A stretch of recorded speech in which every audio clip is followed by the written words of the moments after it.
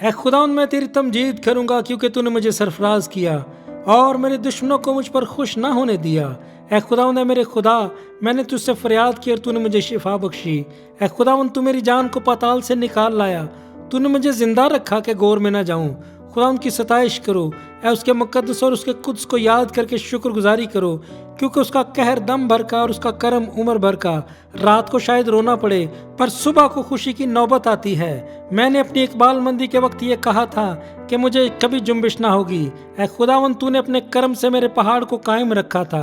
जब तूने अपना चेहरा छुपाया तो मैं घबरा उठा। ऐ खुदावंद, मैंने तुझसे फरियाद की, मैंने खुदावंद से मिन्नत की, जब मैं गौर में जाऊं तो मेरी मौत से क्या फ़ायदा। क्या खाक तेरी सताइश करेगी, क्या वो तेरी सच्चाई को बयान करेगी। सुन ले ऐ खुदावंद और मुझ पर करम कर।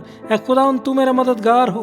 तूने मेरे मातम को नाच से बदल दिया, तूने मेरा टाट उतार डाला और मुझे खुशी से कमर बस्ता किया, ताकि मेरी रूह तेरी मदासराई करे और चुप ना रहे। ऐ खुदावंद मेरे खुदा, मैं हमेशा तेरा शुक्र करता रहूँगा। आमीन।